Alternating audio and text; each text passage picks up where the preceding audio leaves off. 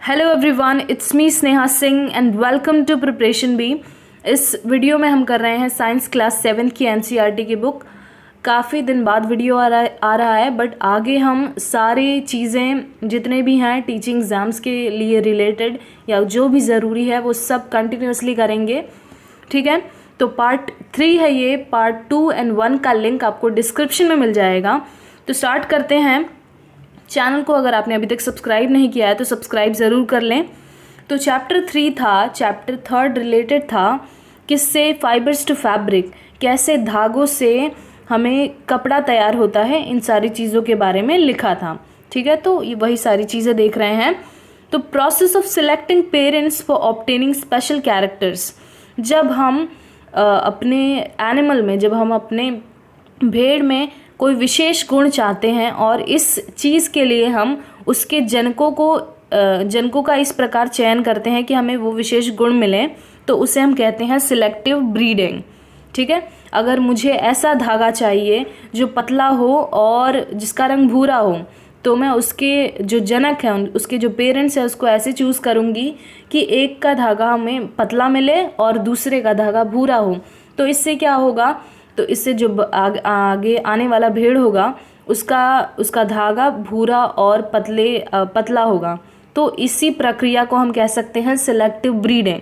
ठीक है, जो भी हमें कैरेक्टर चाहिए उस कैरेक्टर के लिए जब हम पेरेंट्स को चूज़ करते हैं तो उसे कहते हैं सिलेक्टिव ब्रीडिंग। ठीक है, तो अब इसके बाद देखते हैं नेक्स्ट पॉइंट। जो याक वुल है, याक से जो ऊन मिलता है वो कहाँ पर फेमस है। ठीक है, याद रखें कहाँ पर फेमस है, वो सारी चीज़ों की बात हो रही है। ऐसा नहीं है कि वो सिर्फ उसी जगह पर मिलते हों। ठीक है, ये सारी चीज़ ध्यान रखें। तो याक से जो ऊन मिलता है, जो वुल मिलता है, वो कहाँ पर है फेमस, तिब्बत और लद्दाख में। ठीक है, याद रखें याक के वुल, याक के ऊन तिब्बत और लद्दाख में फेमस है, वहाँ पर बड़ी मात्रा में पाए जाते हैं। अब अंगोरा वुल, अंगोरा जो है वो शीप है, अंगोरा एक ब्रीड है, एक कह सकते हैं। उसका जो ऊन होता है वो काफ़ी सॉफ्ट होता है। वो कहाँ पर फेमस है, जम्मू एंड कश्मीर में। जम्मू एंड कश्मीर में अंगोरा वुल में हमें मिलता है। काफ़ी फेमस क्वेश्चन है ये। पेपर 2 में इसके पूछे जाने के बहुत ही ज़्यादा चांसेस हैं कि अंगोरा वुल कहाँ पर फेमस है या कहाँ पर पाया जाता है। ठीक है, तो answer is Jammu Kashmir, Jammu and Kashmir. So अब ये बहुत ही ज़्यादा इम्पॉर्टेंट पॉइंट यहाँ पर आ रहा है कि हम जानते हैं कि हमें भेड़ों से मिलता है ऊन। ठीक है, हमें शीप से मिलता है वुल, बट ऐसी कुछ गोट्स भी हैं, ऐसी कुछ बकरियां भी हैं जिससे हमें वुल मिलता है। तो वो कौन सी हैं?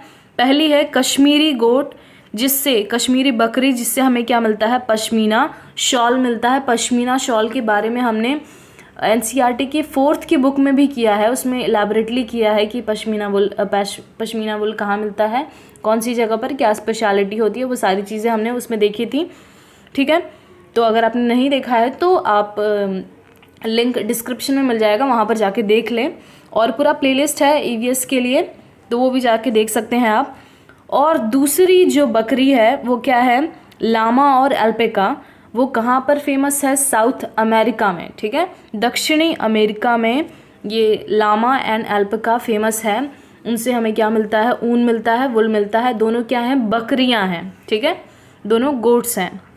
अब इसके बाद नेक्स्ट पॉइंट देखते हैं, प्रोसेस फ्रॉम फाइबर्स टू वुल, कैसे हमें रेशो से उनकी प्रक्रिया कैसे मिलता है। ठीक है, पूरी प्रक्रिया देख रहे हैं। तो उसमें सबसे पहला क्या आता है, रियरिंग एंड ब्रीडिंग, भेड़ों का पालन एवं प्रजनन। ठीक है, पहले हम क्या करेंगे, भेड़ों को पालेंगे, उनका प्रजनन होगा, तो उससे जो भी भेड़ मिलेगी फिर उससे हमें ऊन मिलेगा बेसिकली। अब उसके बाद जो दूसरी प्रक्रिया है वो क्या है, शेयरिंग या फिर ऊन की कटाई। तो जब हमारा भेड़ तैयार हो चुका है तो उससे क्या होगा, उसके जो फ्लीस है, उसकी जो बाल है, उसकी जो ऊपर की बाल होता है, उसकी हम कटाई करते हैं, तो इसी को हम कहते हैं शेयरिंग। तो fleece of the sheep along with a thin layer of skin is removed, भेड़ों की बालों के साथ उसकी त्वचा की पतली परत को निकाला जाता है। ठीक है, तो इसे ही हम कहते हैं शेयरिंग। अब उसके बाद जो तीसरा प्रोसेस है वो क्या है, स्कोरिंग का, या फिर अभिमार्जन कहते हैं। जब हम वो जो हमने त्वचा निकाली, त्वचा के साथ जो बाल निकाले, तो उसे हम क्या कहते हैं, साफ़ करते हैं, उसे हम साफ़ करते हैं और इसी को कहते हैं स्कोरिंग। ठीक है। अब उसके बाद चौथा जो स्टेप है वो क्या है, सॉर्टिंग, उसकी छटाई होती है। अब साफ़ करने के बाद जो अलग अलग टेक्सचर के, अलग अलग गठन के जो बाल होते हैं उनको हम अलग करते हैं और बेसिकली इसमें बर्स को सेपरेट किया जाता है, बर की छटाई की जाती है। ठीक है। तो इसी प्रोसेस को हम कहते हैं सॉर्टिंग। ठीक है। ये इंपॉर्टेंट काफ़ी स्टेप है, याद रखें। सॉर्टिंग में क्या करते हैं, हम बर की छटाई करते हैं, बर को सेपरेट करते हैं और डिफरेंट जो टेक्सचर्स होते हैं, जो अलग अलग गठन के बाल होते हैं, उनको अलग अलग किया जाता है। अब इसके बाद नेक्स्ट पॉइंट देखते हैं, डाइंग। उसके बाद अगर हमें जिस रंग का चाहिए उस रंग का मिल जाए, जिस कलर का चाहिए उस कलर का है, तो उसकी डाइंग नहीं होती है, रंगाई नहीं होती है और सीधा हम उसका इस्तेमाल करते हैं। पर सामान्यतः सिर्फ 3 रंगों में हमें ऊन मिलते हैं, वुल मिलते हैं। वो क्या है, काले, भूरे और सफ़ेद, ब्लैक, ब्राउन एंड वाइट में मिलते हैं। तो अगर हमें कोई और रंग में चाहिए होता है तो हम उसकी रंगाई करते हैं।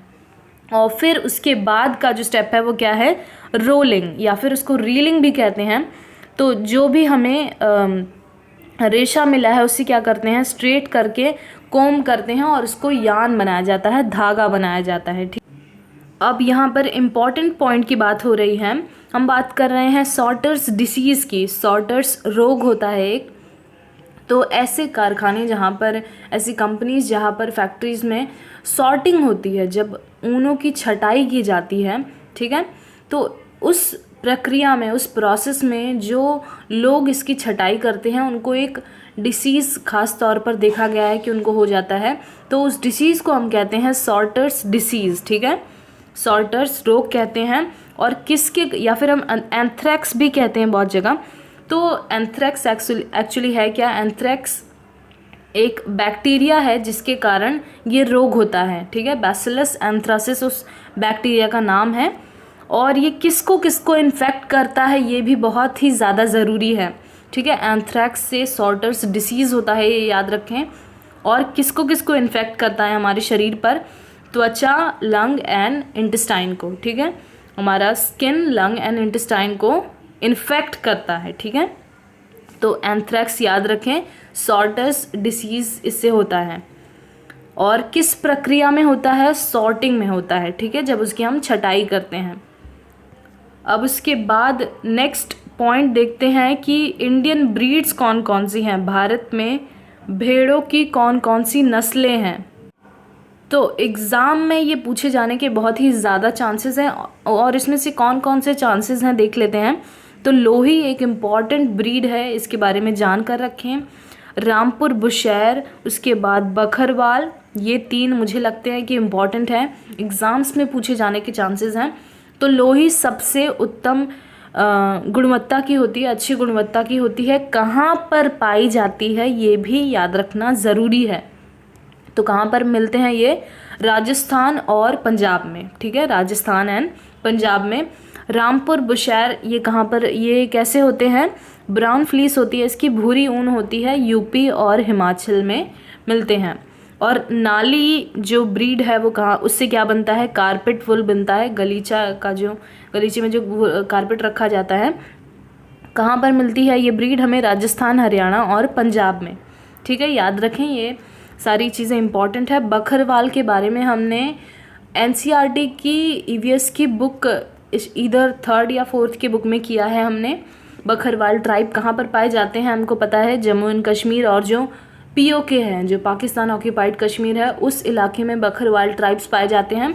तो उन, वो जो प्रजाति है बकरवाल नस्ल है जो भेड़ की, उससे शॉल बनते हैं। ठीक है।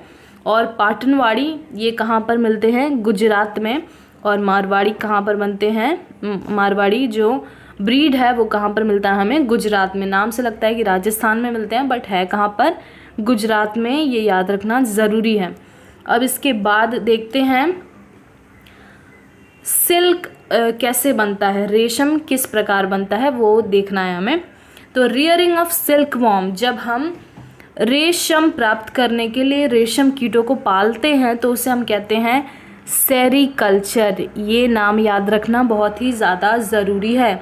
रेशम कीट पालन तो सभी को पता है कि रेशम को पालेंगे तो उसे रेशम कीट पालन कहेंगे, बट हमें ये नाम भी याद रखना ज़रूरी है कि सेरीकल्चर किसे कहा जाता है। जब हम वही क्या पढ़ रहे हैं जब हम रेशम कीट को पालते हैं तो उसे कहते हैं सेरीकल्चर। ठीक है, याद रखें, काफ़ी इम्पॉर्टेंट है, एग्ज़ाम्स में पूछे जाने के चांसेस काफ़ी हैं।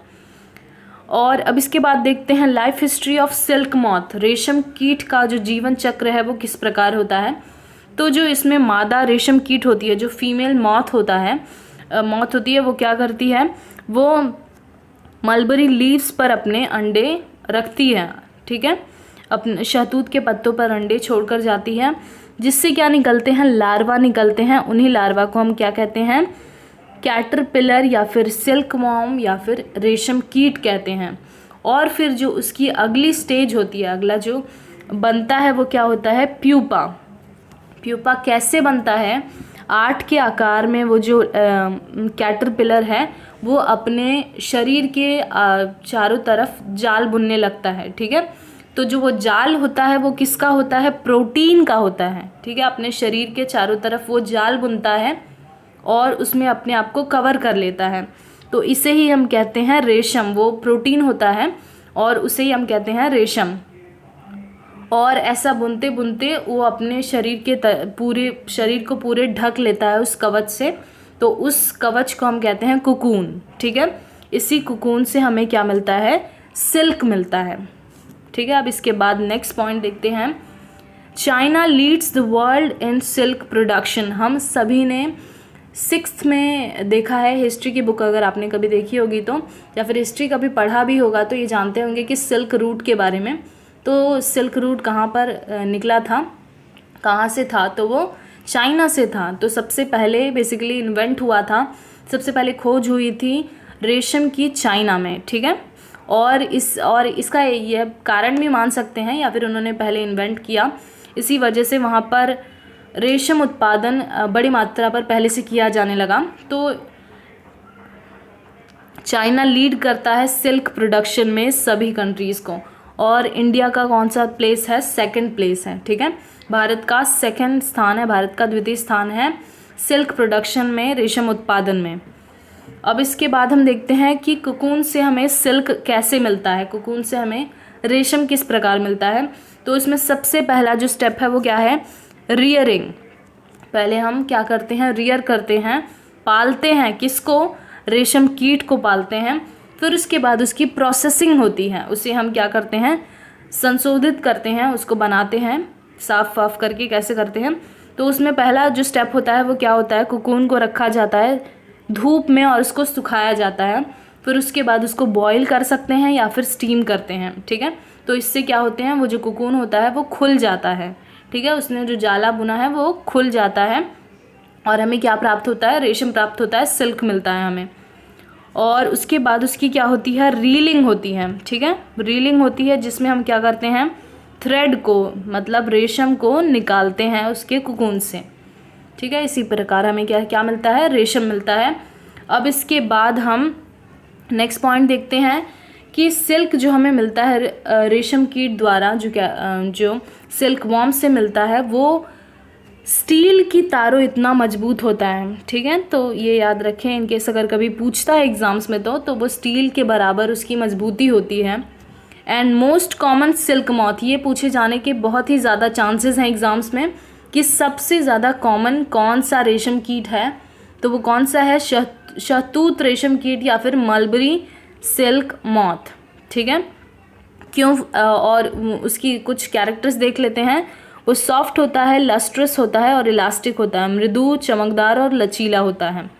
अब इसके बाद देखते हैं एक इम्पॉर्टेंट पॉइंट कि इंडिया कौन से स्थान पर है भेड़ों की संख्या में। हमने देखा कि प्रोडक्शन में जो उत्पादन है रेशम का, उसमें चाइना लीड कर रहा है और भारत का दूसरा स्थान है, पर भेड़ों की संख्या में चाइना का पहला स्थान है, दूसरा स्थान है ऑस्ट्रेलिया और तीसरा स्थान है भारत का। ठीक है, तो ये सारी कंट्रीज़ तो हमें लीड कर रही हैं या भेड़ों के संख्या में ज़्यादा हैं, पर सबसे उत्तम क्वालिटी की, सबसे अच्छी क्वालिटी की जो हमें वुल मिलती है, जो ऊन मिलती है, वो कहाँ से मिलती है? न्यूजीलैंड से मिलती है।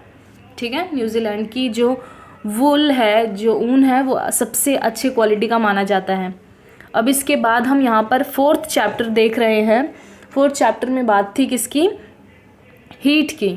हीट से उष्मा पर चैप्टर था।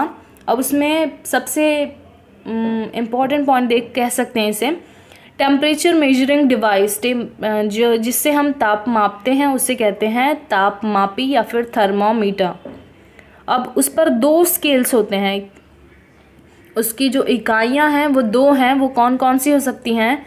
सेल्सियस स्केल और फ़ारेनहाइट स्केल। ठीक है, 2 इकाइयां हैं उसकी, सेल्सियस स्केल और फ़ारेनहाइट स्केल। भारत में सेल्सियस स्केल को मानता है, भारत में सेल्सियस स्केल का चलन है, सब इसी पे मापते हैं। तो जो 0 डिग्री सेल्सियस होता है वो 32 डिग्री फ़ारेनहाइट के बराबर होता है। ठीक है, तो अगर मैं कहूँ 1 डिग्री सेल्सियस तो कितना फ़ारेनहाइट होगा? 33 फ़ारेनहाइट होगा। ठीक है, अब इसके बाद ये क्वेश्चन बहुत बार पूछा गया है और आगे भी चांसेस हैं। क्लिनिकल थर्मामीटर, डॉक्टरी जो थर्मामीटर है उसका रेंज क्या होता है? उसमें कहाँ से कहाँ तक टेम्परेचर दिखाता है, कहाँ से कहाँ तक ताप दिखाता है? तो वो 35 डिग्री से 35 से 42 तक उसका रेंज होता है। ठीक है, याद रखें 35 टू 42।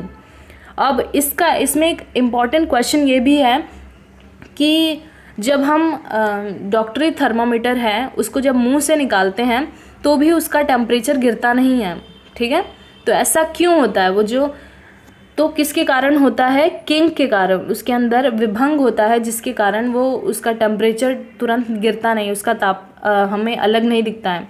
जो पहले दिख रहा होता है, जो हमारे शरीर का ताप है, वही हमें उसमें दिखता है। ठीक है, मुंह से निकालने के बावजूद किसके कारण? विभंग के कारण किंक होता है उसमें, इस वजह से। और normal temperature of human body, normal temperature मानव शरीर का तापमान कितना होता है? 37 डिग्री सेल्सियस होता है। ठीक है, इसी कारण देखो ना, अब 37 डिग्री के बीच में आ रहा है, इसी वजह से जो डॉक्टरी थर्मामीटर है उसकी रेंज होती है 35 टू 42। और जो हम लेबोरेटरी में इस्तेमाल करते हैं, प्रयोगशाला में, उसका जो रेंज होता है वो क्या होता है? 10 डिग्री सेल्सियस से 110 डिग्री सेल्सियस। ठीक है, अब इसके बाद देखते हैं ट्रांसफ़र ऑफ हीट, कैसे उष्मा का स्थानांतरण होता है। तो उसकी 3 मोड हैं। ठीक है, उसके 3 तरीके से उष्मा का स्थानांतरण हो सकता है। पहला है कंडक्शन, फर्स्ट इज चालन, और उसके बाद है कन्वेक्शन, और उसके बाद है रेडिएशन। तो कंडक्शन में क्या होता है देखते हैं। जो चालन में स्थानांतरण होता है वो किस प्रकार होता है? जब हीट ट्रांसफ़र हो, ठीक है, जब उष्मा का स्थानांतरण किसी गर्म सिरे से किसी ठंडे सिरे पर हो तो उसे हम कहते हैं conduction. Heat transfer from hotter end to colder end, जब हम किसी समझो गर्म बर्तन में अगर हमने कोई चीज़ गैस पर चढ़ाई है, उसमें चम्मच डालेंगे तो क्या होगा? उसका जो बाहर का सिरा है वो भी गर्म हो जाएगा। तो इससे क्या समझ रहे हैं हम कि उष्मा एक सिरे से, मतलब गर्म सिरे से ठंडे सिरे की तरफ जब जाती है तो उसे हम कहते हैं कंडक्शन। दूसरा तरीका हो सकता है कन्वेक्शन या फिर संवहन का। जब कभी भी फ्लूइड में हम क्या समझते हैं? फ्लूइड में द्रव और गैस दोनों होते हैं। ठीक है, तो जब कोई भी द्रव या फिर गैस गर्म होकर ऊपर जाए और जो ठंडी वाली है वो नीचे आए तो उसे कहते हैं हम कन्वेक्शन। इस द्वारा जो उष्मा का स्थानांतरण हो रहा है उसे कहते हैं कन्वेक्शन। ठीक है, और इसी तर्ज पर काम करता है जो हॉट एयर बलून होता है, जो हम आसमान में देखते हैं, जो हॉट एयर बलून, वो इसी तर्ज पे काम करता है। ठीक है, कन्वेक्शन पे। और जो इसका एक अच्छा एग्जाम्पल ये भी है सी ब्रीज या फिर लैंड ब्रीज। ठीक है, तो इसको समझते हैं इस प्रकार से कि ये समझो लैंड है, ठीक है, और ये है मेरा सी। तो जो यहाँ पर हवा है, ठीक है, इस लैंड पर हवा है, और जो सी में जो हवा है, तो देखो यहाँ पर जब दिन का समय होता है तो लैंड जो है, जो थल है वो क्या होता है, जल्दी गर्म हो जाता है। तो इससे क्या होता है, यहाँ की जो हवा है वो ऊपर जाने लगती है। ठीक है, तो यहाँ पर हवा रही नहीं, तो ये जो ठंडी हवा है सी की वो इस तरफ आती है। तो इसी को हम कहते हैं समुद्र समीर। ये किस समय देखा जाता है, दिन के वक्त। और इसका बिल्कुल विपरीत होता है लैंड ब्रीज में, मतलब थल समीर में इसका बिल्कुल विपरीत होता है, जस्ट अपोजिट होता है। ठीक है, तो मुझे बताएं आप कमेंट सेक्शन में कि लैंड ब्रीज में कौन सी हवा किस तरफ जाती है। ठीक है, अब नेक्स्ट पॉइंट देखते हैं यहाँ पर, रेडिएशन, विकिरण। जब हीट देखते हैं हम कि जो सूर्य से आ रही है, सूर्य से जो ऊष्मा आ रही है उसके तो हमारे बीच और सूर्य के बीच कोई भी मीडियम नहीं है। ठीक है, तो इस प्रकार जब ऊष्मा का स्थानांतरण होता है तो उसे हम कहते हैं रेडिएशन या फिर विकिरण, और इसके लिए कोई भी माध्यम की आवश्यकता नहीं होती है। अब इसके बाद नेक्स्ट पॉइंट देखते हैं, Celsius scale was discovered by. Celsius scale की अभिकल्पना किसने की थी, एंडर्स सेल्सियस ने। किसने की थी, एंडर्स सेल्सियस ने। ये स्वीडिश एस्ट्रोनॉमर थे, स्वीडन के खगोल शास्त्री थे, और इन्होंने गलती से क्या कर दिया था कि गर्म बॉइलिंग वाटर का जो टेम्परेचर है उसको 0 डिग्री कर दिया और फ्रीजिंग का कर दिया था 100। ठीक है, तो इसको बाद में क्या कर दिया गया, बदला गया। तो ये चैप्टर 4 तक की समरी थी, और आपको ये सारे नोट्स मिल जाएंगे टेलीग्राम पे, इंस्टाग्राम पे फॉलो कर सकते हैं आप, फेसबुक पे प्रिपरेशन भी चैनल मिल जाएगा। कोई भी डाउट सजेशन देना हो तो वो सब मुझे वहाँ पर दे सकते हैं। कमेंट्स में मुझे बताएं कि वीडियो आपको कैसा लगा, और वीडियो पसंद आया है तो लाइक करना बिल्कुल ना भूलें। ठीक है, एंड थैंक्स फॉर वॉचिंग।